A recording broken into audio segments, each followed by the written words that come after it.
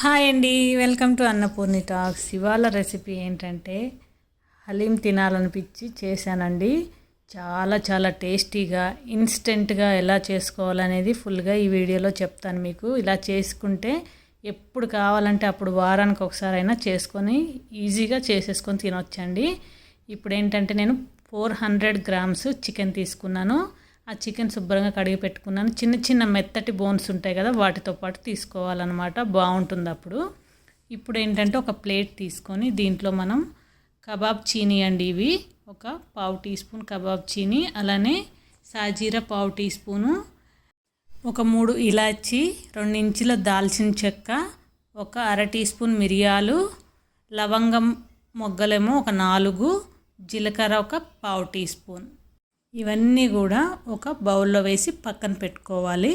మిగతాయి చూద్దాం ఇప్పుడు. మళ్ళీ ప్లేట్ పెట్టుకొని ఇందులో నువ్వులు ఒక 1/2 టీ స్పూను, పెసరపప్పు ఒక 1/2 టీ స్పూను, మినప్పప్పు ఒక 1/2 టీ స్పూను, శనగపప్పు 1/2 టీ స్పూను, ఎర్రపప్పు 1/2 టీ స్పూను, బాదం పప్పు ఒక 4-5, అలానే ఉప్మా రవ్వ, గోధుమ రవ్వ ఒక 4 టీ స్పూన్లు. ఇవన్నీ కూడా ఒక మిక్సీ జార్లో వేసుకోవాలి. ఇప్పుడు ఏదైతే మనం మసాలాలన్నీ వేసుకున్నామో అవి వేసేసుకుని, అలానే ఈ పప్పులు కూడా మిక్సీ జార్లో మొత్తం కూడా అన్నీ కలుపుకొని ఒకే మిక్సీలో మనం వేసుకోవాలి. ఇలా వేసుకొని మంచిగా మెత్తటి పౌడర్ లాగా చేసుకోవాలన్నమాట. చాలా మెత్తగా గ్రైండ్ చేసుకోవాలి. ఈ విధంగా చూపిస్తున్నాను కదా, ఇలా చేసుకుంటే చాలా బాగుంటుంది. అలానే లైక్, షేర్, సబ్స్క్రైబ్ చేసుకోండి. చాలా చాలా మంచి మంచి వీడియోస్ చేశాను, ఒకసారి చూడండి.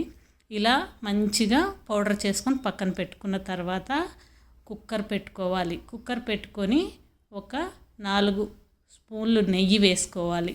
నెయ్యి వేసుకున్న తర్వాత కొంచెం జీడిపప్పు వేయించుకొని పక్కన పెట్టుకుందాం గార్నిషింగ్ కోసము.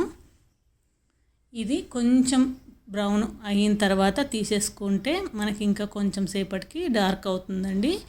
అవి తీసేసుకున్న తర్వాత ఒక పెద్ద టేబుల్ స్పూను అల్లం వెల్లుల్లి పేస్ట్ నెయ్యిలో వేసుకొని మంచిగా ఫ్రై చేసుకోవాలి. మాడిపోకుండా మంచి గోల్డ్ కలర్ వచ్చేంత వరకు ఈ నెయ్యిలో ఫ్రై చేసుకోవాలన్నమాట.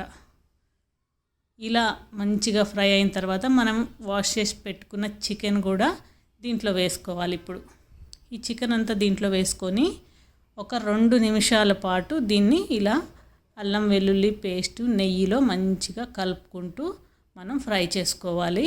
మనకి మంచి టేస్ట్ ఉంటుందన్నమాట. ఇలా 2 నిమిషాలు మనం ఫ్రై చేసుకున్న తర్వాత దీంట్లో 1 లీటర్ వాటర్ పోసుకోవాలి. 1 లీటర్ వాటర్ పోసుకొని ఒకసారి కలుపుకున్న తర్వాత దీంట్లో ఫ్రై చేసుకున్న ఆనియన్స్ వేసుకోవాలి. ఆనియన్స్ వేసుకున్న తర్వాత గులాబీ రేకులు వేసుకోవాలి. అలానే 4-5 పచ్చిమిర్చి కట్ చేసుకొని వేసుకోవాలి. కొంచెం కొత్తిమీర, పుదీనా వేసుకొని సరిపడా సాల్ట్ వేసుకోవాలండి. పచ్చిమిర్చి 4-5 పెద్ద పచ్చిమిర్చి కట్ చేసుకొని సన్నగా వేసుకోండి. స్పైసీగా ఉన్న పచ్చిమిర్చి వేసుకుంటే బాగుంటుంది. ఇలా కలుపుకున్న తర్వాత మనం ఏదైతే ముందు పౌడర్ చేసి పెట్టుకున్నామో ఆ పౌడర్ అంతా దీంట్లో వేసుకొని పిండి ఉండల్లాగా ఎక్కడా లేకుండా మంచిగా సాఫ్ట్గా ఉండే విధంగా మనం కలుపుకోవాలి. ఇలా కలుపుకున్న తర్వాత కుక్కర్ మూత పెట్టుకొని హై ఫ్లేమ్లో పెట్టుకొని 3 విజిల్స్ వచ్చిన తర్వాత సిమ్లో పెట్టుకొని 30 మినిట్స్ సిమ్లో పెట్టేసి వదిలేయండి. టైమర్ పెట్టేసుకొని 30 మినిట్స్ తర్వాత తీసి చూద్దాం ఎలా ఉంటుందో. ఇప్పుడైతే ఇది విజిల్ పోయేంత వరకు పక్కన పెట్టేద్దామండి. 30 మినిట్స్ స్టవ్ పైన సిమ్లో పెట్టుకున్న తర్వాత పక్కన పెట్టేశాను. విజిల్ పోయేంత వరకు వెయిట్ చేస్తే మనకి ఇలా తయారవుతుంది. చూసారు కదా ఎంత బాగా ఉందో. ఇప్పుడు ఇలాంటి పొటాటో మ్యాషర్ ఒకటి తీసుకొని దాంతో మంచిగా ఇలాగ మెత్తగా మ్యాష్ చేసుకోవాలి. ఇలా మ్యాష్ చేసుకుని చక్కగా కొంచెం గట్టిగా ప్రెస్ చేస్తే మనకి వచ్చేస్తుందండి. ఇలాగ మంచిగా హలీం ఎలా ఉంటుందో సేమ్ అలానే మంచిగా మనకి అదే స్ట్రక్చర్లో వస్తుంది. ఇంకొంచెం నెయ్యి వేసుకొని మంచిగా ఇలా కలుపుకోవాలి. ఇలా మంచిగా మెత్తగా మ్యాష్ చేసుకుంటూ ఉంటే మనకి పీసులాగా ఇలాగ మంచిగా దారాల్లాగా వస్తుందన్నమాట.